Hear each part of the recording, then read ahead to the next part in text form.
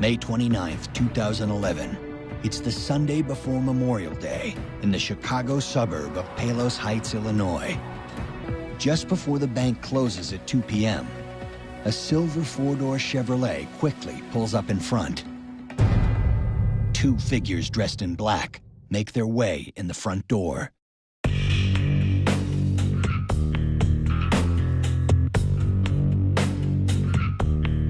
It's obvious these two are not here for banking business.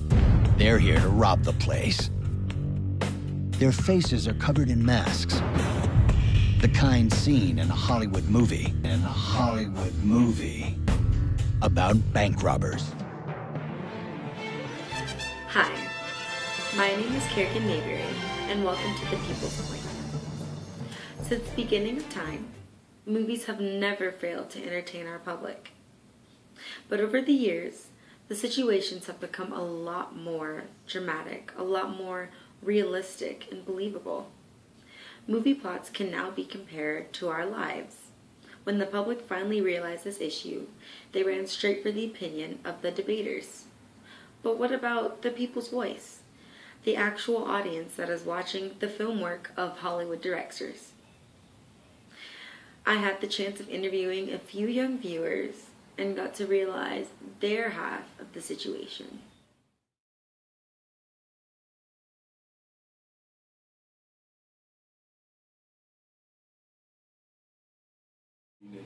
But I think that's the whole point of a movie in the first place. It's only a good movie if you can relate to it. The whole point to it, I guess from the mindset of a director, if you want somebody to really be invested into your movie, the first thing you're going to do is you're going to establish a relationship between the audience and a single character or some of the characters in the movie or whatever it is that you're watching. Personally, I do feel like movies can foreshadow the future because it plants seeds in people's head on how they can do stuff and possibly get away with it, and it makes them feel the need to attempt it. Like some people, like robbing a bank or how to get away with selling drugs or things of that sort. Like, for example, just because it's my favorite show, Breaking Bad, how they're selling meth and how they cooked it. It could make it seem like they can do exactly what they're doing in the show, and they can attempt it and get away with it just like they did in the show, but people don't really realize that it's TV and then versus reality.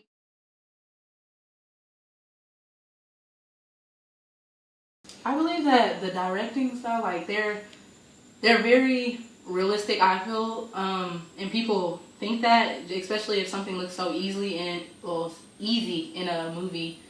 It's like, oh, okay, I'm probably going to be able to do that, or maybe I can do that and it'll be that easy to do. I feel like it's very realistic, we can say. You can't really place blame on a director for someone else's actions. Yes, whether we realize it or not, there's things, subliminal messages that are put into movies, whether we realize it or not. And I'm not going to say that's for every director, but there's obviously been directors whose intent was that, and whose other directors whose intent wasn't to do that. Very influenced, like The Purge. Yes, The Purge is very, very influencing because obviously that actually did go on here in our world. I don't feel like what happens in the movie is possible, necessarily.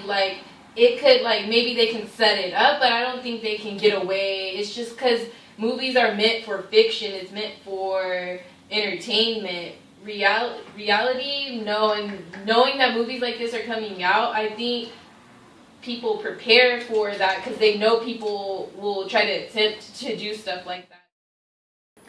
As you can see by this one demographic, young viewers have their own opinion about the intent of movies and the authentic content. Are the directors to blame? However, after speaking to Bobby Gutierrez, digital media production major and professor at the University of Texas at El Paso, his professional opinion may just change the entire outlook of the argument. Entertainment is dramatized reality. And some reality doesn't need dramatization, but a lot of stories do. So I think that's what directors are doing. And Hollywood is very powerful. I mean, you look at the movie that came out a few months ago, The Interview, and look what it did in North Korea. I mean, yeah, it caused a lot of animosity, and so you know, there's a lot of power in films, whether good or bad. You know, people react to it, and also I think films teach us. In many ways, films, there's an educational message some way in a film. There's some type of lesson to be learned, and then also, if you've noticed, and if you listen to many directors at the end of a DVD, or you know, when you watch an interview with the director, an interview with the director of a film, directors, I think, have become intellectuals in our pop culture, of our pop culture, and in our society, because you know, directors are storytellers, and they just happen to be storytellers who show on a screen. I think that it really shows that people give a lot of credence to movies. They model ideas, concepts, and acting.